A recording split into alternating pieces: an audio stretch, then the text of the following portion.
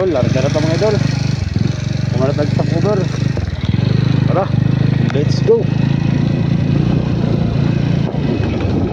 Kay gwapong panahon, wala yung ulan. Ano itong dahalan na mga idol, umalis siya. Dahil sa parang kay Kiaring sakit-sakit. Ano na itong view nga mga idol. Wow, ba?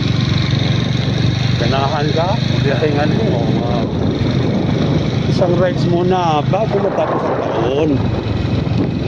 Ayun, diba? Dari mga idol na dahalan na yan. Diba? Adventure po ba?